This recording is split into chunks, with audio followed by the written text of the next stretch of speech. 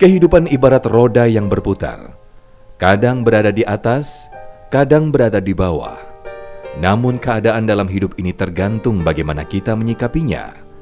Dan Allah Subhanahu wa Ta'ala pun tidak akan memberikan ujian ataupun cobaan di luar kemampuan hambanya, karena sesungguhnya pertolongan Allah itu sangat dekat. Namun di setiap kesulitan yang datang di hadapan kita, sebagian besar orang tidak ingin memproses dan mengambil hikmah atas permasalahan tersebut. Padahal Allah berseru pada hambanya supaya tidak menyerah apalagi bersedih, karena sesungguhnya Allah selalu mengawasi dan bersama hambanya. Lantas, untuk memahami hal tersebut, apa yang dapat dilakukan seseorang untuk dapat membangun keyakinan terhadap pertolongan Allah Subhanahu wa Ta'ala? Simak kupasannya siang ini dalam kajian ilmu Damai Indonesiaku yang akan mengangkat tema Rahasia Pertolongan Allah bersama guru-guru mulia yang telah hadir di tengah-tengah kita. Selamat menyaksikan.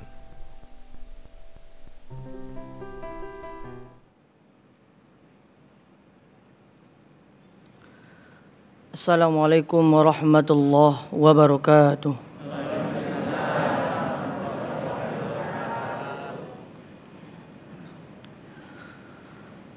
A'udzu billahi minasy syaithanir rajim.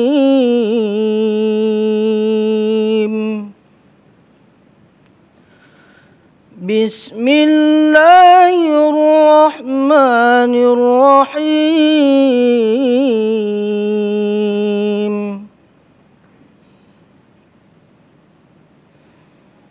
Am hasibtum an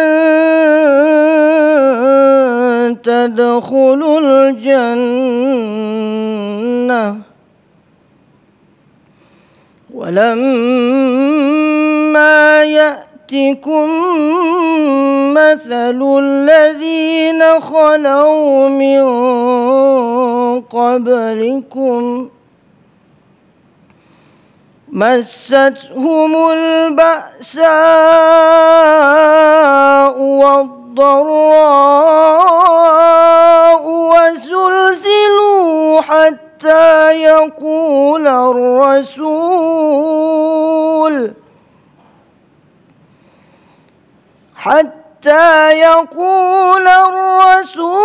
والذين آمنوا معه متى نصر الله ألا إن نصر الله قريب. Sadaqallahul azim. Assalamualaikum warahmatullahi wabarakatuh. Assalamualaikum warahmatullahi wabarakatuh. Alhamdulillahirabbil alamin. Allahumma shalli ala sayyidina Muhammad wa ala ali sayyidina Muhammad. Alhamdulillah, dalam kesempatan kali ini kita dipertemukan kembali dalam Majelis Ilmu Damai Indonesiaku yang disiarkan secara langsung dari Masjid At-Taqwa Komplek PU Lebak Bulus, Jakarta Selatan. Kita akan mengangkat tema yaitu Rahasia Pertolongan Allah Subhanahu wa Ta'ala bersama guru-guru yang telah hadir bersama kita, Kiai Haji Tata Sukayat dan Ustadz Abi Maki. Dan seperti biasa pemirsa, kami telah menyiapkan 3 segmentasi yang nanti insya Allah kita akan dalami tentang bagaimanakah memahami pertolongan Allah di segmen 3, 4, dan 5. Untuk itu kami undang Anda sekarang juga mengirimkan pertanyaan-pertanyaan melalui Instagram di @damai_tv1 dengan hashtag pertolongan Allah. Inilah Damai Indonesiaku yang dipersembahkan oleh Sarung Wadimor, tentu sarung kita. Selamat mengikuti. Bismillahirrahmanirrahim. Assalamualaikum warahmatullahi wabarakatuh. Alhamdulillahirabbil alamin. Wabihi nasta'in wa ala umuri dunya waddin wa ala alihi wa ashabihi wa man tabi'ahu bi ihsanin ila yaumiddin, amma ba'du. Asyhadu an la ilaha illallah wahdahu la syarikalah taqriran bihi wa tauhidan wa asyhadu anna Muhammadan abduhu wa rasuluh. Alhamdulillahirabbil alamin. Mudah-mudahan jumpa kita, pertemuan kita pada kesempatan yang sangat berbahagia ini selalu diberkahi dan diridhoi oleh Allah Subhanahu wa taala. Semoga seperti ini Allah kumpulkan kita di dunia, seperti ini juga kelak Allah kumpulkan kita di surganya. Amin ya rabbal alamin. Subhanallah. Dalam kenyataan berbagai macam yang ada di depan kita, baik itu namanya kegembiraan ataupun kesedihan. Ketika berada dalam kegembiraan, alhamdulillah kita bersyukur. Namun ketika mendapatkan kesulitan, wajar ketika kita bertanya sesuai dengan ayat yang dibacakan oleh qari dengan suara lantunan yang sangat indah. Mata nasrullah. Kapan pertolongan Allah ini? Kapan ya? Ternyata pertolongan Allah ini dikatakan dalam Al-Quran qarib, sangat dekat. Dekat untuk siapa? Usikum wa iyaya nafsi bitaqwallah punten. Pegang baik-baik. Siapapun yang sekarang sedang mendapatkan kesedihan, kesulitan, kegundahan, ketika bertanya, ya Rabb, kapan saya keluar dari kesulitan ini? Pertama, Allahu Akbar. Jelas dalam Al-Quran kalimatnya wasjud waqtarib. Ketika mengatakan wasta'inu bis-sabri was-shalah, ternyata benar-benar kenyataannya indah. Mintalah pertolongan kepada Allah dengan kesabaran dan sholat. Kenapa? Karena dengan sholat ada sujudnya, wasjud waqtarib. Ketika Anda semakin dekat dengan sujud, kening ini ke tempat sujud, semakin dekat juga dengan pertolongan dari Allah. Justru kalau mengatakan, bagaimana ya pertolongan Allah ini sudah dekat apa belum ya? Masih jauh apa enggak ya? Jawabannya adalah sedekat apa kening kita ke tempat sujud, sedekat itulah pertolongan Allah kepada kita. Semakin jauh kita dengan tempat sujud, semakin jauh pertolongan Allah kepada kita. Jadi jelas pertama dengan tegas mengatakan sabar sholat. Sabar sholat ini adalah kunci. Sesungguhnya pertolongan Allah itu sangat dekat dengan kita. Buka oleh seluruhnya. Bagaimana kita akan mendapatkan pertolongan dari Allah kalau seandainya yang pertama tidak pernah sabar, yang kedua tidak pernah sholat atau sujud. Kedua, apa yang membuat pertolongan Allah ini sangat dekat dengan kita? Usikum wa iyaya nafsi bitaqwallah. Pegang baik-baik. Nomor 2 yang digambarkan para ulama adalah kata-kata indah. Apa coba? Masya Allah, taubat. Taubat.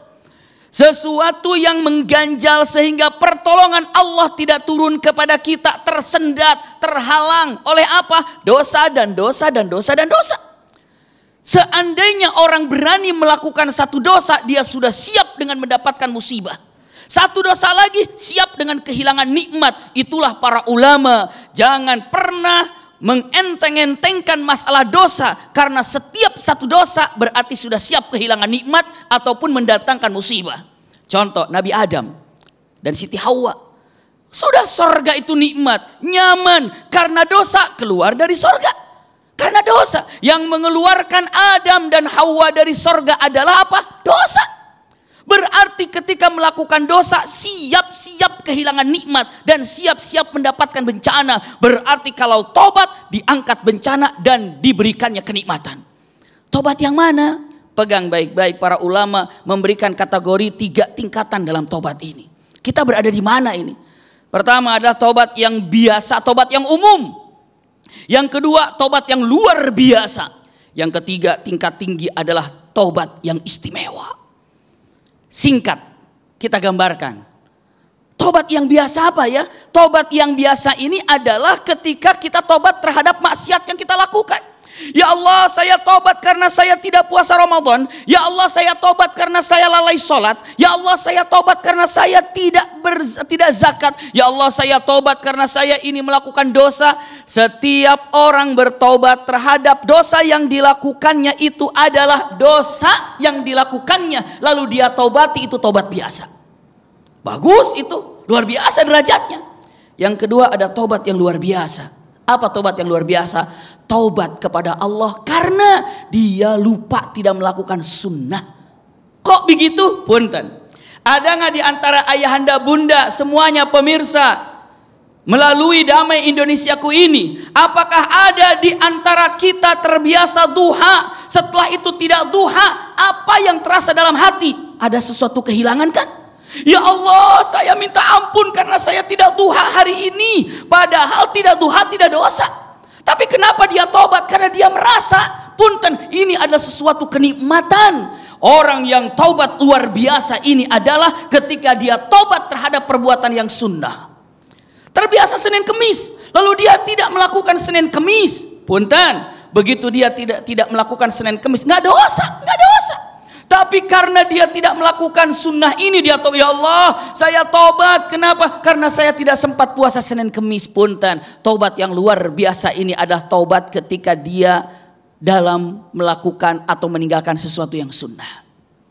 3, ini lebih tinggi lagi nih. Masya Allah, taubat yang istimewa. Siapa yang taubat istimewa ini? Ini untuk mendatangkan punten pertolongan dari Allah. Taubat yang istimewa ini adalah, pegang baik-baik semuanya. Taubat yang istimewa dia taubat kepada Allah karena dia telah melakukan sesuatu yang mubah. Yang mubah ditaubati. Tidak haram loh. Mubah itu tidak sesuatu yang haram. Kita boleh melakukannya, kita bisa menyaksikannya. Misalnya ada pertandingan apa saja di televisi, lalu kita nunggu beberapa kali beberapa babak, babak pertama, babak kedua, babak ketiga. Pertandingan apa saja. Apakah itu hukumnya apa? Sunnah? Tidak. Apakah hukumnya itu wajib? Apalagi tidak. Tapi apa? Mubah. Mubah ini berada di tengah. Kalau melalaikan sesuatu dalam melaksanakan ibadah bisa jatuh dalam haram. Kalau misalnya ada di situ judi di dalam pertandingan itu bisa jatuh, punten, itu juga haram. Tapi hanya nonton saja sesuatu yang mubah, lalu dia astagfirullah, kalau saya tadi baca Quran mungkin saya bisa dapat berapa juz, maka saya tobat terhadap perbuatan mubah yang aku lakukan. Jika kita bisa melakukan taubat yang ketiga ini, taubat istimewa, Masya Allah luar biasa. Tolong tanyakan kepada diri kita sendiri, kita berada di taubat yang mana? Taubat yang mana? Taubat yang umumkah? Atau taubat yang biasakah? Atau taubat yang luar biasakah? Atau taubat istimewa? Usikum wa iyaya nafsi bitaqwallah. Ternyata begitu kita bertobat pada Allah, minta ampun kepadanya, pastikan Allah akan turunkan yang namanya punten, yang namanya pertolongan. Terakhirnya apa? Takwa kepada Allah. Takwa kepada Allah artinya apa? Selalu perhatikan intibah, mana yang diharamkan, mana yang dihalalkan, mana yang diperintahkan, mana yang dilarang. Selagi dia sanggup melakukan takwa dalam firman-Nya, wa may yattaqillaha yaj'al lahu makhrajan wa yarzuqhu min haitsu la yahtasib. Mudah-mudahan singkat dari apa disampaikan ada manfaatnya. Jazakumullah khair ala husni istima'ikum. Baik, terima kasih Abi Maki yang telah menyampaikan sebuah mukadimah yang tentu saja memberikan gambaran kepada kita salah satu tanda-tanda orang yang diterima tobatnya dan sekaligus mendapatkan pertolongan dari Allah adalah tumbuhnya perasaan sensitivitas terhadap dosa-dosa yang ada di hadapan dia. Nah, insya Allah dalam segmentasi berikutnya nanti Kiai Tata akan menjelaskan kepada kita lantas bagaimanakah orang yang akan atau bahkan telah mendapatkan pertolongan dari Allah. Tetaplah bersama kami, Damai Indonesiaku yang dipersembahkan oleh Sarung Wadimor, tentu sarung kita.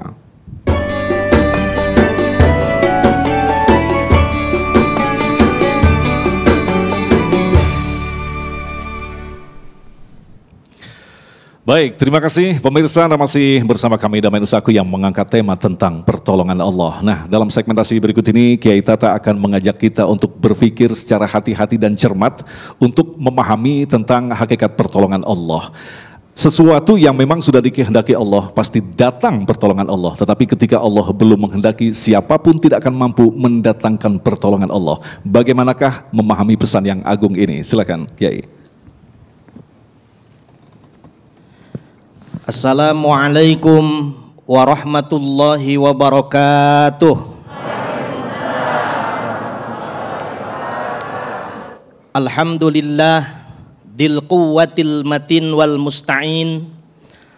Assalatu wassalamu ala sayyidil atrafain wa ala alihi wa sahbihi alladhina hum sa'idu fid darain.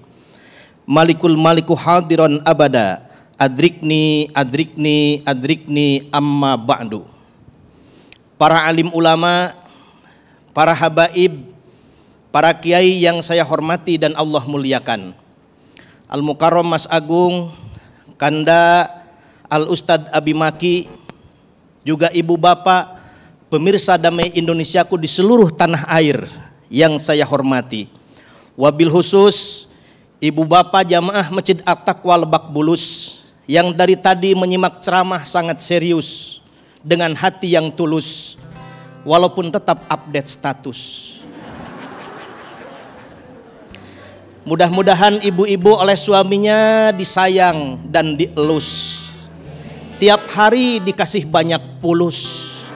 Kelak meninggal dunia masuk surga Firdaus.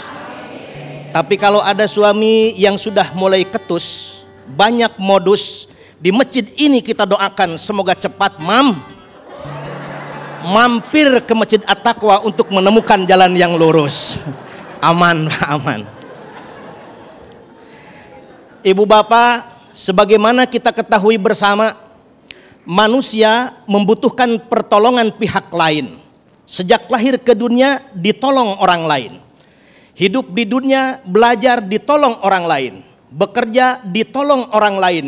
Meninggal dunia pun ditolong orang lain. Betul. Saya nggak yakin Pak. Di Lebak Bulus ada orang meninggal dunia hidup mandi sendiri. Pakai kain kafan sendiri. Sholat sendiri. Masuk lubang kubur sendiri. Ada nggak kira-kira? Kita membutuhkan bantuan pihak lain, betul?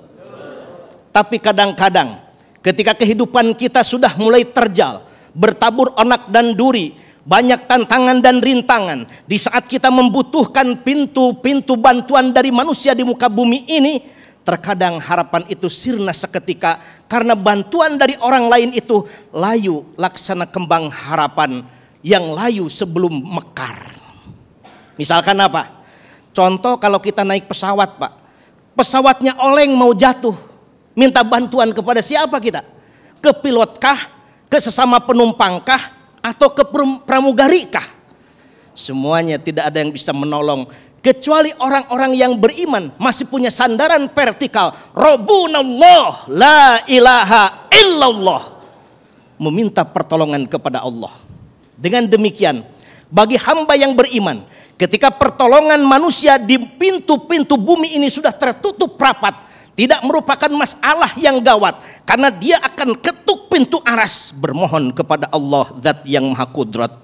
Allah menyeru kita, ud'uni astajib lakum, bermohonlah kepadaku, aku akan memperkenankan segala permohonanmu. Dengan demikian, ibu bapak, kalau kita hidup dalam keadaan bangkrut, hidup dalam keadaan sulit, hidup dalam keadaan failit, tidak ada yang membantu, semua orang pun menjauh.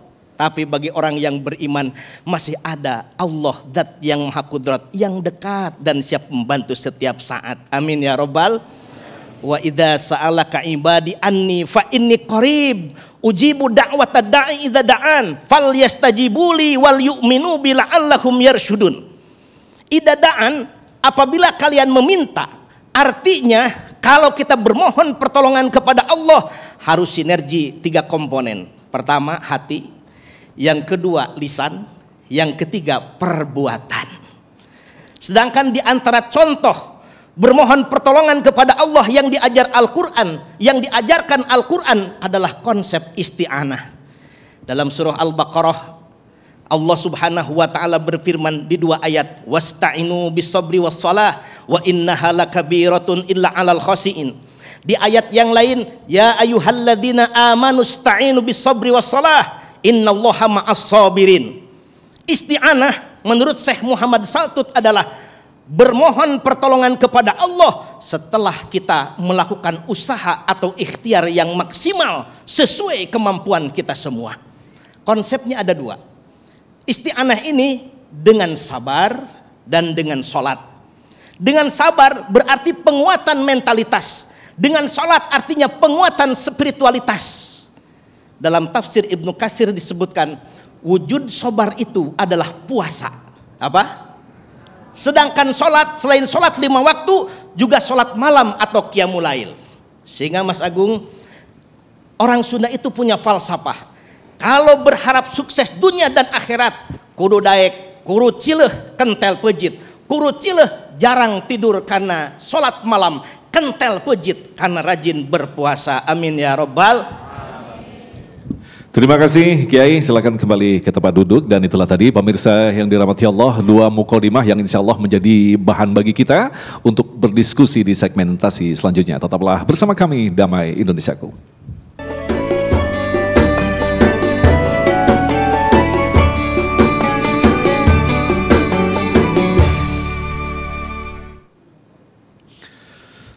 Baik, terima kasih pemirsa, masih bersama kami Damai Indonesiaku, dan alhamdulillah kita sampai di segmentasi yang tentunya kita tunggu-tunggu, insya Allah dengan jawaban dari guru-guru kita. Walaupun waktunya sangat singkat, setidaknya ini menjadi semacam batu loncatan bagi kita untuk tidak pernah lelah memperkaya khasanah kita tentang ilmu-ilmu Islam yang sangat luar biasa.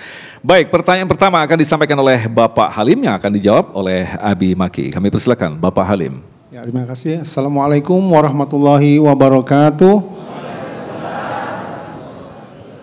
Ya, alhamdulillah ya. Terima kasih. Dari keterangan tadi dari Pak Ustadz sangat tertarik sekali saya mengenai pertolongan Allah. Ada 2 pertanyaan yang akan saya sampaikan. Yang pertama, bagaimana caranya untuk menjaga hati, lisan dan pikiran agar selalu tetap bersih dan agar kita selalu mendapat hidayah dari Allah? Karena kalau kita berada di tempat seperti musola, masjid itu kan tempatnya yang baik-baik. Tapi kalau kita berada di tempat yang tidak baik, mungkin pikiran, hati dan lisan kita tidak selalu baik ya. Bagaimana untuk menjaga hati, lisan dan pikiran agar selalu tetap baik? Yang kedua, bagaimana caranya supaya pertolongan Allah selalu kita dapatkan dimanapun tempat kita berada? Karena tidak semua tempat yang kita lalui itu tempat itu selalu baik ya. Itu saja Ustaz, terima kasih. Assalamualaikum warahmatullahi wabarakatuh. Waalaikumsalam warahmatullahi wabarakatuh. Silakan Abi. Berkaitan dengan menjaga hati dan pertolongan Allah datang di setiap kesempatan. Iya, jazakumullah khair. Bismillahirrahmanirrahim. Pertanyaan yang sangat baik sekali, terima kasih. Yang pertama, bagaimana ya caranya untuk menjaga hati agar selalu baik? Pastinya dengan mengatakan banyak sekali, namun kutipannya, ringkasnya, cobalah kumpul selalu dengan orang-orang yang soleh, yang baik.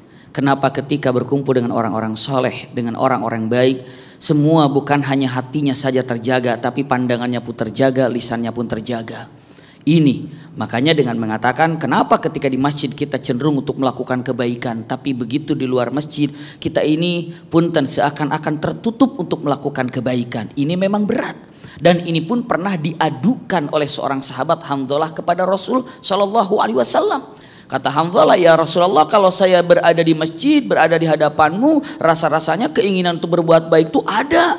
Tapi begitu saya keluar dari masjid, lupa semuanya, kehendak keinginan itu tidak ada.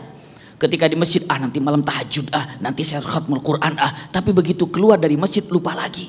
Nah, apa kata Rasulullah dengan mengatakan, kehidupan itu adalah berganti dan berganti. Tapi seandainya kalau engkau istiqamah menjaga hatimu, menjaga fikiranmu, menjaga lisanmu, la safahatkumul malaika, maka malaikat berbondong-bondong menyalamimu, subhanallah, mengucapkan selamat ketika mampu istiqamah. Salah satunya majalisus sholihin, kumpul dengan orang-orang soleh. Yang kedua, termasuk daripada pertanyaan kedua untuk dipadatkan, ternyata jawabannya adalah usikum wa iyaya nafsi bittaqwallah. Hadis Rasulullah sangat indah. Udzukurullaha firraha yadhkuruka fisyiddah.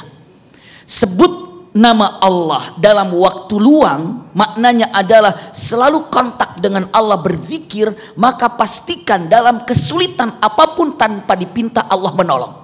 Itu dia. Jadi justru kalau kita dalam kesulitan baru kita minta tolong kepada Allah. Tapi saat kita dalam bahagia, dalam waktu luang, kita lupa kepada Allah. Usikum wa iyaya nafsi bitaqwallah. Rasulullah bersabda dengan tegas tadi, saya ucapkan sekali lagi, udzukurullaha firraha yadhkuruka fisyiddah. Anda selalu mengingat Allah dalam kesendirian, dalam waktu luang. Pastikan saat Anda dalam kesulitan, sampai ketika sakaratul maut pun Allah akan mudahkan. Kenapa? Karena selalu menyebut Allah dalam waktu luang yang kita miliki. Jadi sekarang jelas, ala bidzikrillahi tatmainnul qulub, itu benar sekali. Dengan menyebut nama Allah hati itu menjadi tenang. Kalau sudah tenang, yang ruwet pun bisa gampang. Jadi kalau ada kata-kata ruwet itu nggak tenang hatinya. Iya. Tapi kalau hatinya tenang, nggak ada ruwet itu. Kenapa? Karena ala bidzikrillahi tatmainnul qulub, itu dia. Jadi dengan mengatakan apa ya, kalau ketenangan mah punten zikir nyaman. Punten, apa balikannya? Dalam Al-Qur'anul Karim ketika kalimatnya yang sangat indah, "Waman a'rada an dzikri fa inna lahu ma'isyatan dhanka." Subhanallah. Kalimatnya apa? Wa nahsyuruhu yaumal qiyamati a'ma. Siapa yang tidak mengingat Allah, baik itu dalam keadaan kesendiriannya atau rame-ramenya, pastikan dia dalam kehidupan dongka itu menyempit. Kesulitan sedikit, aduh kayaknya saya paling sedih. Dapat sulit masalah, kayaknya saya paling repot. Aduh kayaknya paling sedih. Ma'isyatan dongka, nyempit semuanya. Iya. Lalu apa? Wa nahsyuruhu yaumal qiyamati a'ma. Dia kelak dibangkitkan oleh Allah dalam keadaan buta kelak di akhirat. Ya, karena apa? Karena begitu. Coba lanjutkan ayatnya dengan wa nahsyuruhu yaumal qiyamati a'ma qala rabbi lima hasyartani a'ma wa qad kuntu basira qala kadzalika atatka ayatuna fanasitaha wa kadzalikal yauma tunsa. Kalimatnya apa? Di akhirat nanti ada orang yang buta. Dia nanya, "Ya Allah, kenapa aku buta? Kenapa aku buta?" Allah jawab mengatakan, "Kamu melupakan aku waktu di dunia."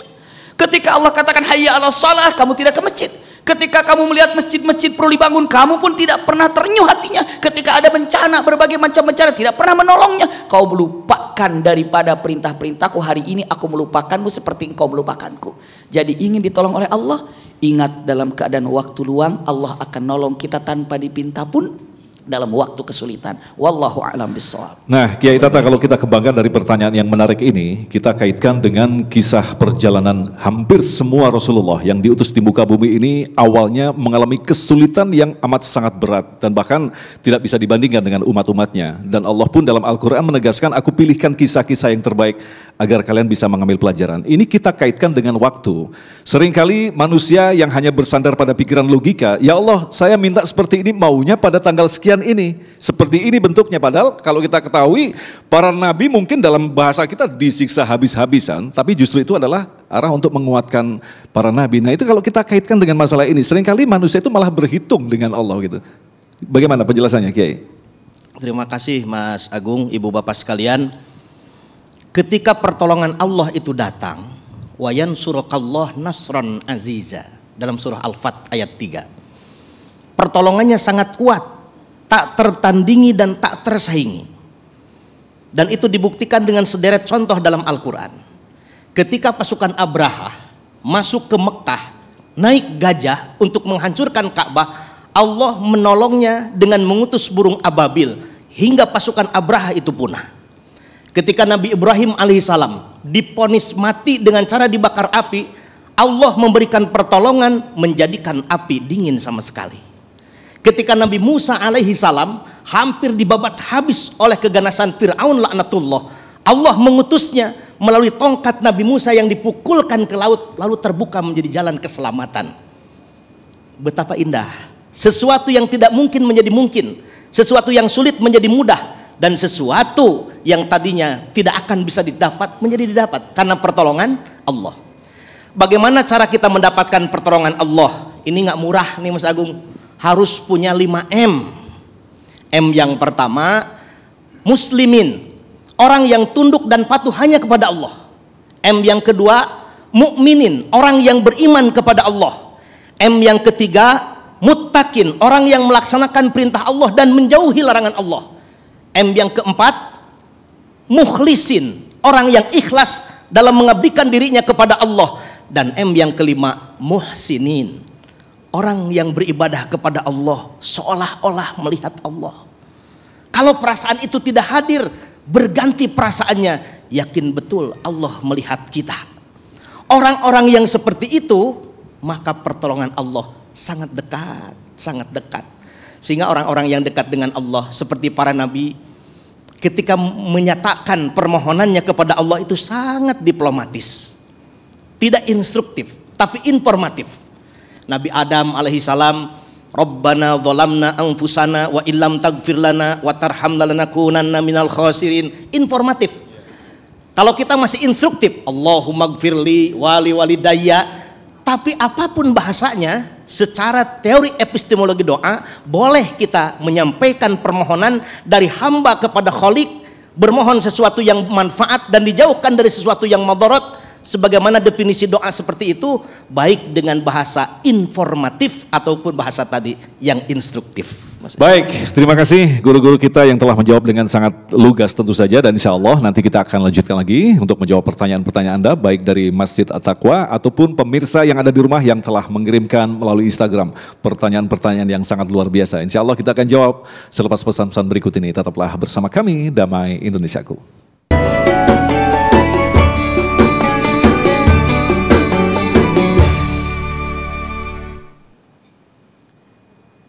Terima kasih pemirsa, Anda masih bersama kami Damai Indonesiaku yang mengangkat tema tentang pertolongan Allah. Kita akan lanjutkan lagi untuk menjawab pertanyaan berikutnya, akan disampaikan oleh Ibu Neneng yang akan dijawab oleh Kiai Tata. Kami persilakan. Ya, bismillahirrahmanirrahim. Assalamualaikum warahmatullahi wabarakatuh.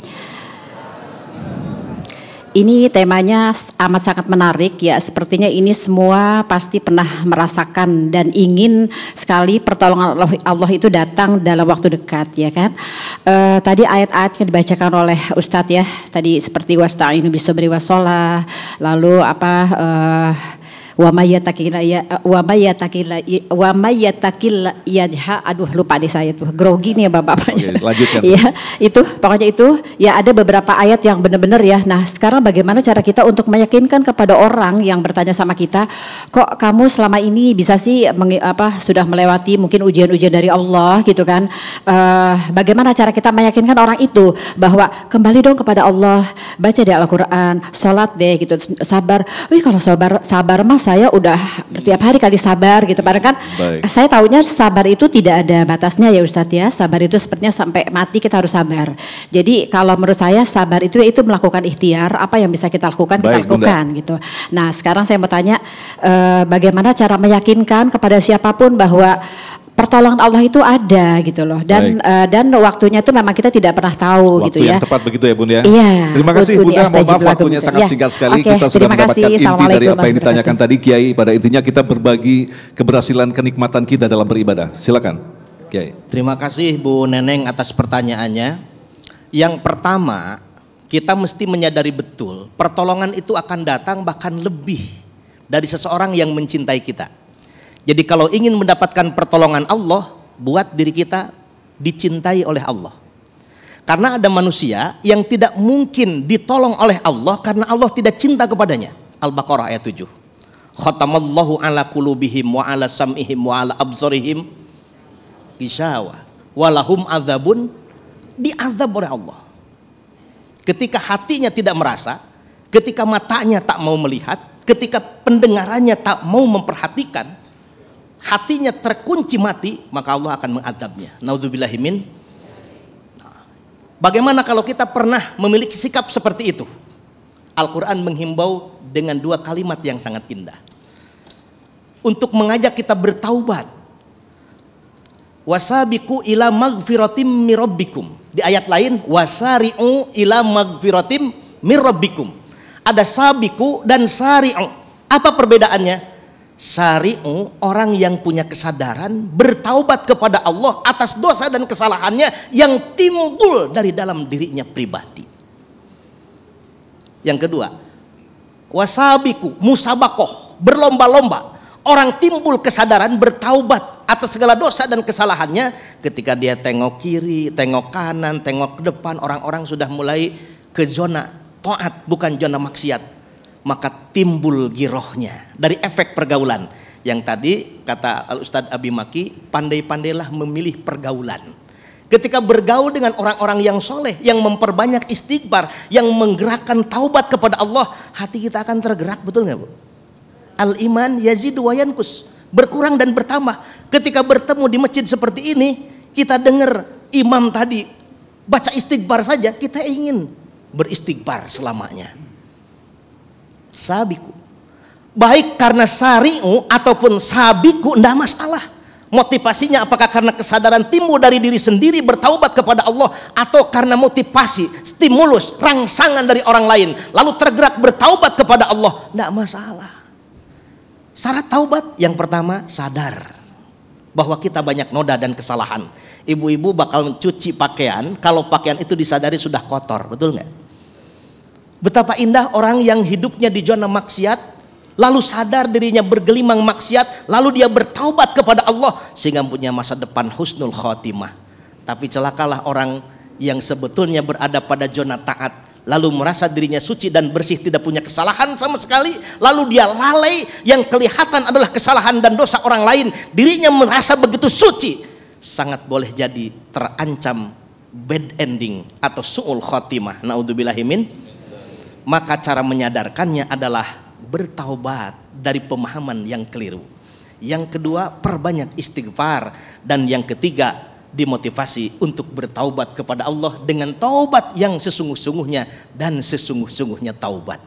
Allah alam. Baik, terima kasih Kiai, dan ini pertanyaan untuk Abi Maki dari Instagram, nampaknya juga ada kaitannya dengan masalah bertobat tadi. Ketika saya memutuskan untuk taat kepada Allah, tapi justru Allah mendatangkan ujian yang membuat saya sepertinya goyah, Abi. Bisa jadi ujian wanita atau harta apapun, tetapi di lain sisi, ya Allah, ujiannya kok seperti ini. Nah, bagaimanakah menjelaskan fenomena ini, Abi? Iya, bismillahirrahmanirrahim. Ada satu ungkapan yang sangat indah hadis Rasul sallallahu alaihi wasallam. Kata-kata yang sangat indah sekali dengan ucapannya asyaddul bala al anbiya tsummal amsal tsummal amsal. Ini bisa mengambil dari semua aspek. Yang paling berat ujiannya itu adalah para nabi, lalu yang seperti nabi, lalu yang sepertinya. Maksudnya apa? Semakin orang ini soleh, semakin orang ini dekat dengan Allah, ujiannya makin berat sekali. Punten, mana lebih sulit? Ujian kelas SD apa SMP? Kalau lagi SMP mau diuji SD terus, salah. Semakin kelasnya tinggi, nanti sampai SMU, sampai nanti perguruan tinggi, ujian sekolahnya makin sulit. Jadi jangan pernah berharap dengan mengatakan ingin mendapatkan sorga Firdaus kalau seandainya ujiannya yang kecil-kecil. Kalau mengatakan kalimatnya inna ma'al usri yusra, beberapa ulama mengatakan kesulitan Anda mendapatkan ujian di dunia, yusr, kelak di akhirat menuju sorga. Semudah apa Anda mendapatkan sorga kelak di akhirat, sesulit apa ujian Anda di dunia. Itu kalimat pendeknya. Usikum wa iyaya nafsi bitaqwallah. Jadi ketika mengatakan semakin soleh ujiannya makin berat, emang begitu. Ada kata-kata hadis lagi, inna idhamal jaza ma'idhamil bala. Pegang baik-baik. Sesungguhnya seberat dan sebesar apa pahala yang Anda dapatkan, ya seberat apa ujian yang Anda dapatkan. Kalau ujiannya makin berat, pahalanya makin besar. Subhanallah, maka Umar ibn Khattab ketika dapat musibah, dapat ujian, dapat masalah, dia hanya mengatakan, ya Rabb, alhamdulillah, alhamdulillah, alhamdulillah. Kenapa? Karena saya ini mendapatkan ujian, berarti saya dicintai oleh Allah. Ujiannya baik itu dengan mengatakan langsung di depan, aduh ini bagaimana ya, ini haram tapi saya perlu, bagaimana, itu bagian daripada ujian. Punten, lolos daripada yang haram, tinggi derajatnya punten. Bahkan singkatnya saya gambarkan kalimat yang ada, sab'atun yudhilluhumullah fi dhillihi yauma la dhilla illa dhilluh, 7 golongan yang kelak dilindungi di alam mahsyar, yang sangat menyulitkan. Ternyata ada, punten, di situ digambarkan seorang laki-laki yang diajak oleh seorang wanita yang sangat luar biasa, punya keutamaan, ya cantik, ya aman melakukan dosa tersebut, tapi laki-laki itu mengatakan inni akhafullah, saya takut oleh Allah. Itu juga ujian, dan tinggi derajatnya, diselamatkan di alam mahsyar. Ini kata-kata yang sangat indah. Berarti pegang baik-baik. Usikum wa iyaya nafsi bitaqwallah, mewakili daripada semua dosa yang ada. Siapapun yang mampu melakukan dosa, hanya tinggal tanda tangan, dapat duitnya, pada itu dosa. Dia tidak mau, nggak mau tanda tangan. Saya takut oleh Allah, selamat di alam mahsyar. Masya Allah. Jadi istilahnya dengan mengatakan gampang melakukan dosa, tapi dia tidak mau karena takut oleh Allah, karena ini ujian. Balasannya Allah selamatkan di alam mahsyar dan selamatkan sampai dia menuju surga Allah Subhanahu wa taala. Wallahu a'lam bishawab. Amin ya rabbal alamin. Baik, kita lanjutkan lagi penanya berikutnya kepada Bapak Nazarudin. Mungkin mic-nya bisa diteruskan ke Bapak Nazarudin. Nazarudin, baik. Ibu, mohon maaf, ya bisa ada di samping kanan Ibu. Baik, silakan Bapak Nazarudin. Assalamualaikum warahmatullahi wabarakatuh. Bismillah, alhamdulillah, waskurillah, alhamdulillah, la quwwata billah. Nama saya Haji Hasanuddin, DMI Kelurahan Pondok Pinang. Berpijak pada Surat Al-Baqarah ayat 86, wa iza salaka ibadi anni fa inni qarib ujibu da'watid da'i iza falyastajibu li wal yu'minu la'allakum yarshudun. Disampaikan oleh Ustaz Tata bahwa sungguhnya Allah itu sangat dekat dengan kita ya, dan kalau kita bermohon insya Allah akan dikabul oleh Allah SWT. Tetapi pada kenyataannya kebanyakan kita kaum muslimin ini doa-doa kita lambat dikabul atau tidak dikabul oleh Allah SWT. Seperti sekelas Habib saya kadang-kadang doanya tidak dikabul oleh Allah SWT. Nah ini bagaimana para guru, Pak Kiai, yang bagaimana cara dan kiat-kiat kita berdoa kepada Allah SWT agar doa-doa kita cepat dikabul oleh Allah SWT. Apakah menyangkut kebersihan diri kita, apakah menyangkut tempat kita berdoa, ataukah menyangkut tentang waktu kita berdoa itu. Dan kemudian bagaimana Pak Kiai, yang kedua pertanyaannya, bagaimana kita memohon pertolongan Allah Subhanahu Wa Taala dengan bantuan yang dikenal kita orang pintar atau dukun, adanya begitu ya, tawasul gitu ya. Nah itu ya. Dan kemudian yang terakhir barangkali terkait dengan kita sebagai umat Islam dan juga kepada non-muslim, itu kadang-kadang lebih sukses hidupnya teman-teman kita yang non-muslim. Bagaimana pertolongan Allah? Apakah mereka mendapat pertolongan Allah? Apakah dari pertolongan dari Tuhan-Tuhan mereka, kan gitu ya? Baik. Itu saja barangkali. Terima kasih. Assalamualaikum warahmatullahi wabarakatuh. Ada 3 pertanyaan, tapi nampaknya waktunya untuk segmen ini belum nggak cukup ini Kiai. Insya Allah kita akan jawab pada segmentasi selanjutnya. Tetaplah bersama kami, Damai Indonesiaku.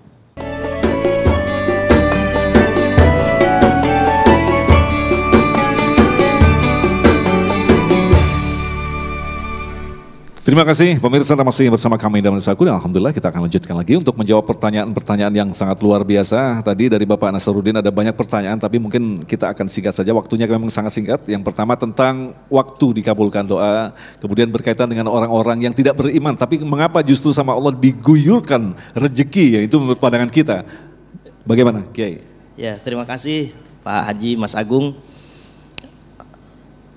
Kalau kita bermohon pasti sesuai dengan keinginan, tidak berbasis kebutuhan. Allah memberi sesuai kebutuhan, bukan keinginan. Rasa sayangnya orang tua ketika punya anak baru 5 tahun, lihat emaknya punya uang segepok 10 juta, dia minta, dikasih nggak? Berapa kira-kira dikasih? 100 ribu? 50 ribu? 20 ribu? 2 ribu? Nih tipe orang-orang tua yang pelit kayaknya.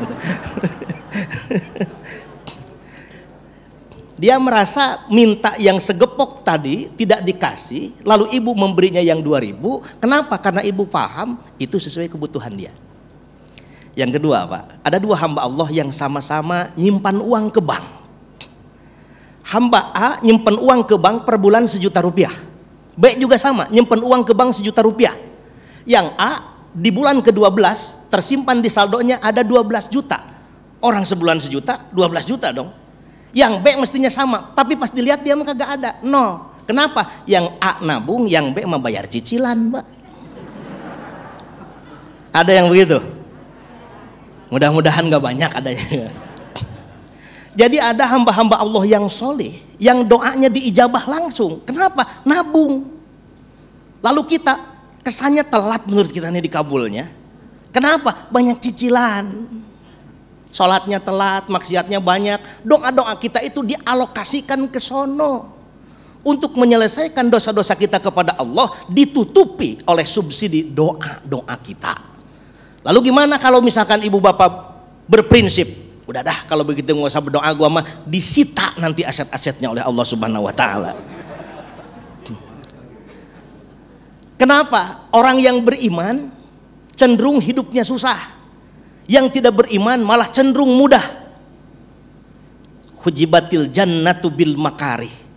Jalan menuju surga Allah itu penuh dengan tantangan, penuh dengan rintangan, penuh dengan kesulitan. Jangankan kita, para nabi saja kesulitannya malah lebih di atas kita, tapi akan indah pada waktunya. Bukankah Al-Quran menyebut ada 2 tipikal doa?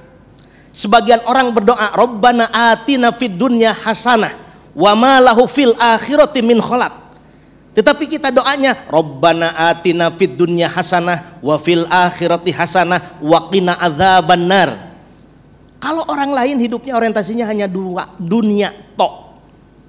Tapi kalau kita kebahagiaannya pengen disimpan di dunia sebagian, di akhirat sebagian. Beruntung kalau di dunia kita dapat kebahagiaan itu, di akhirat dapat kebahagiaan yang sama. Tapi kalau harus milih, apakah kita pilih kebahagiaan dunia dan celaka di akhirat? Kalau kita pilih bahagia di akhirat, lalu kita hidup susah di dunia, kira-kira kalau pilih mana nih? Jangan nekat dua-duanya, satu aja. Pilihannya hanya dua tadi. Kita pasti akan pilih bahagia di akhirat. Kenapa? Karena di dunia ini hanya sementara. Ini majru'atul akhirah, kita sedang menanam benih-benih yang akan kita panen di akhirat. Masya Allah. Jadi sekali lagi harus kita tegaskan, kita harus merubah mindset kita tentang dunia. Dipikir ketika orang tidak beriman diguyurkan dunia, itu kok bisa sukses seperti itu, tapi ternyata Allah menyiapkan untuk akhirat nanti, Kiai. Baik, terima kasih Kiai. Selanjutnya kami persilakan kepada Ibu Dewi yang akan dijawab oleh Abi Maki. Kami persilakan.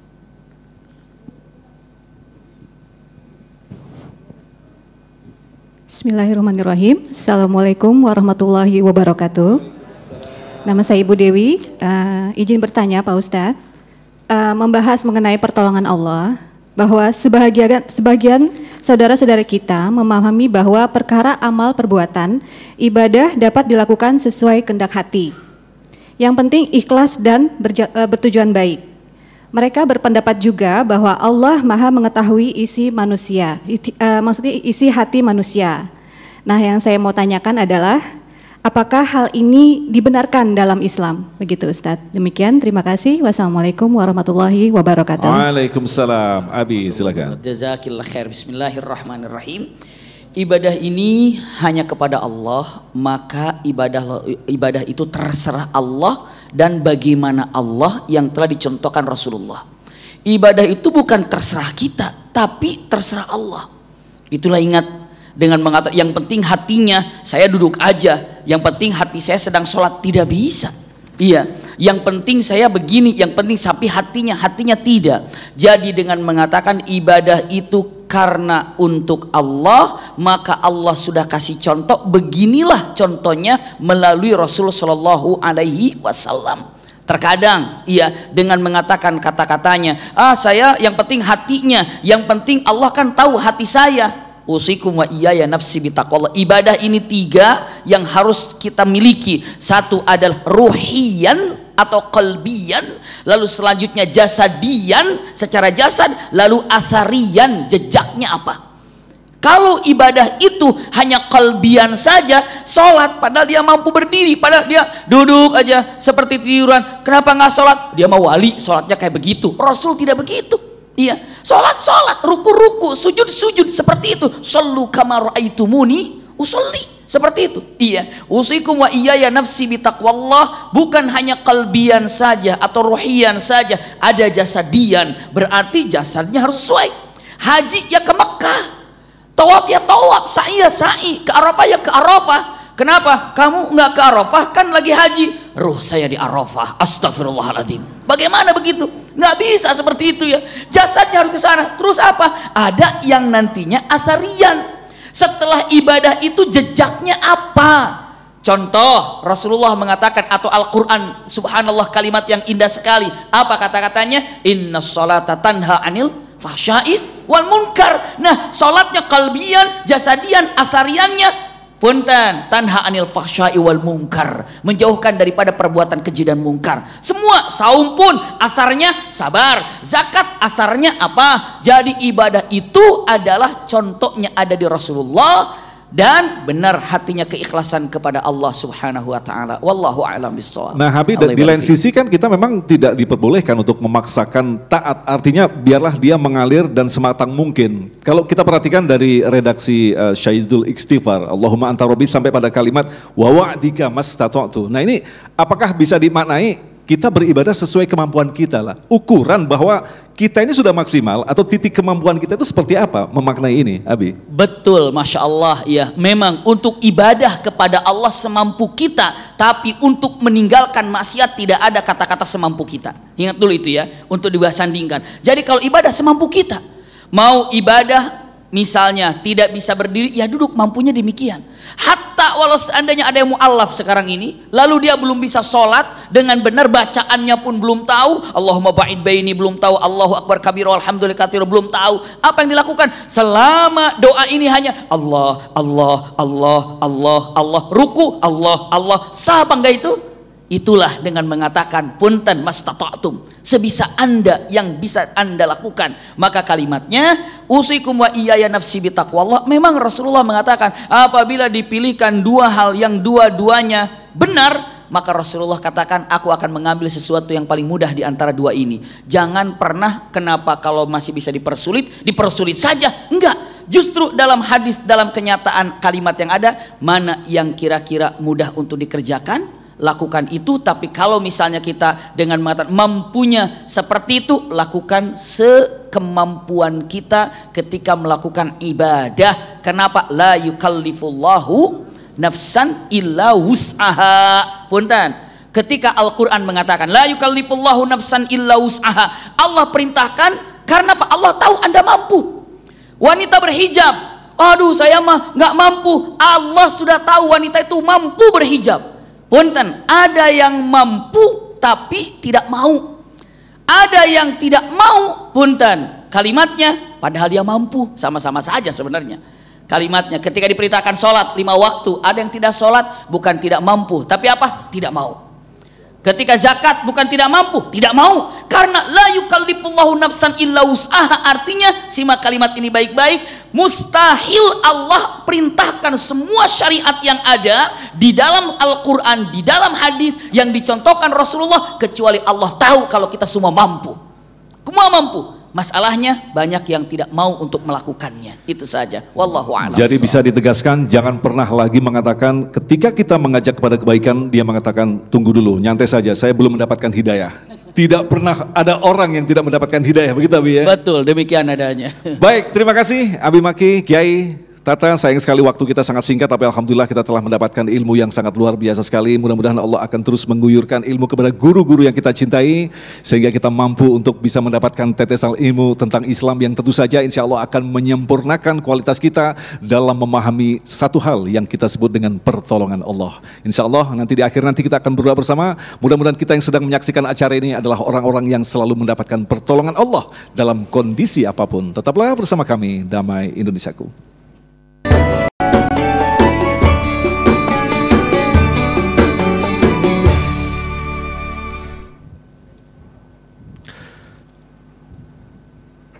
Demikian pemirsa yang dirahmati Allah, Damai Nusaku untuk kesempatan hari ini, dan insya Allah besok di Ahad 9 Januari kami akan menghadirkan Ustazah Kotrun Nada Syatiri dan Ustazah Syifa Nur Fadilah dengan tema menjaga pergaulan anak dalam Islam.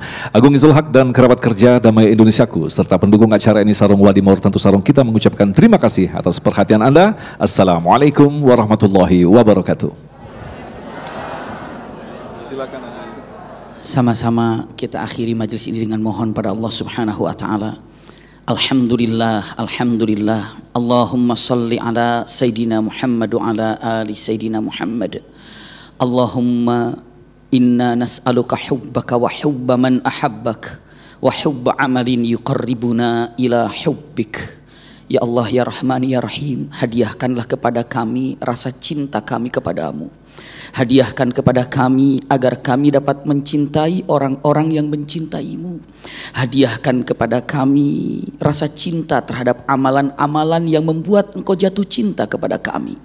Allahumma ahyina bil iman wa amitna bil iman wa akhrijna min hadhihi dunya ma'al iman.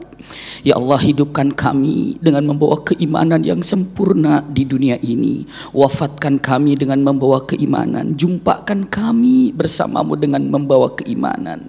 Ya Allah, terima kasih Kau telah hadiahkan kepada kami iman. Dengan iman ini saat kami mendapatkan musibah kami bisa bersabar. Dengan iman ini saat kami mendapatkan kebahagiaan kami dapat bersyukur. Ya Allah, la tuzigh qulubana ba'da idh hadaitana wa hab lana min ladunka rahmah innaka antal wahhab. Ya Allah, ya Rahman, ya Rahim, jangan Kau cabut iman yang kami miliki. Ya Rahman ya Rahim, melalui mimbar damai Indonesiaku ini kami mohon kepadamu ya Rabb, jagalah keturunan-keturunan kami, jagalah keturunan-keturunan kami agar selalu membawa keimanan yang kokoh, yang kuat. Kami sampaikan melalui mimbar damai Indonesiaku ini, kami tidak ridha jika ada keturunan kami yang keluar daripada syariat-Mu. Ya Rahman ya Rahim, siapapun yang mengaminkan doa ini apabila saat ini dalam keadaan kesulitan, keluarkan dari kesulitannya. Siapapun yang mengaminkan doa ini apabila saat ini dalam keadaan sakit, sembuhkanlah. Siapapun yang mengaminkan doa ini saat ini sedang memohon kepadamu agar keluarganya dijadikan keluarga sakinah, jadikan keluarganya sakinah. Siapapun yang mengaminkan doa ini, jadikanlah suaminya lil muttaqina imama. Siapapun yang mengaminkan doa ini, jadikanlah istrinya qurrata a'yun. Siapapun yang mengaminkan doa ini, jadikanlah putra putrinya soleh dan soleha yang dapat menjadikan jembatan emas untuk mendapatkan ridho dan ampunan-Mu birahmatika ya arhamar rahimin.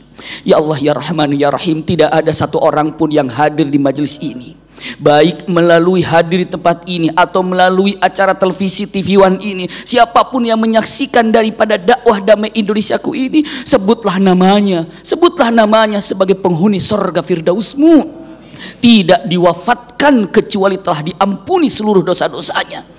Kami yakin apapun yang kami minta, apapun yang kami mohon, pasti seluruhnya akan Kau kabulkan. Karena firman-Mu dalam Al-Quran, ud'uni astajib lakum, mintalah kau kepadaku, niscaya aku akan kabulkan. Rabbana atina fid dunya hasanah wa fil akhirati hasanah wa qina adzabannar. Subhana rabbika rabbil izzati amma yasifun wa salamun alal mursalin walhamdulillahi rabbil alamin. Amin ya rabbal alamin.